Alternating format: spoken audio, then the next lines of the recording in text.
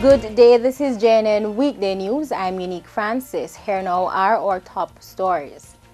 5 of 11 persons listed on the weekend as persons of interest by the Kingston Western Police surrendered to investigators yesterday.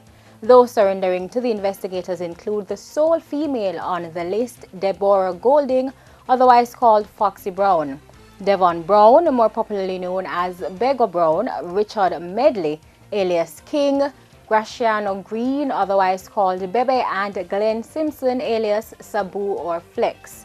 Investigators say all 4 are reputed members of the Strikers gang, whose base is located at Chestnut Lane and Charles.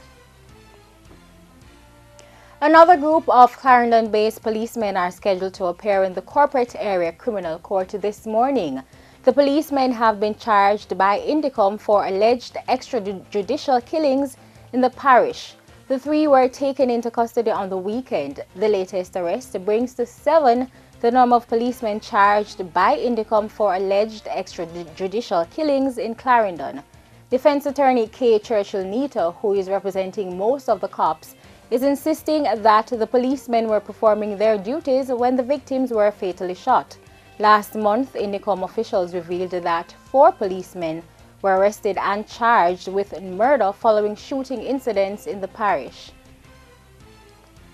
Now, Jamaica's plan to decriminalize ganja has won support from the National Council on Drug Abuse, NCDA. But the agency's blessing is on condition that the proposed policy will ensure that young people between the ages of 15 and 25 are fully protected. According to NCDA Chairman Professor Wendell Abel, the position of the National Council on Drug Abuse is that, quote, given the reality on the ground, the historical use, and certainly for medical purposes, and the fact that the majority of the country feel that it should be decriminalized, we certainly support the approval of medicinal marijuana in Jamaica. We also think that we should consider looking at decriminalizing for private personal use and also for the religious purposes, end quote. The regulations surrounding the legislation, he said, should not only ensure that young people are protected, but that resources are channeled into public education, especially directed towards this particular group, so that the population at large is able to make informed decisions. The NCDA chairman is also advocating strongly that resources be channeled into treatment and support services such as a drug court, guidance and counseling units, and other agencies and entities that work with young people on the ground.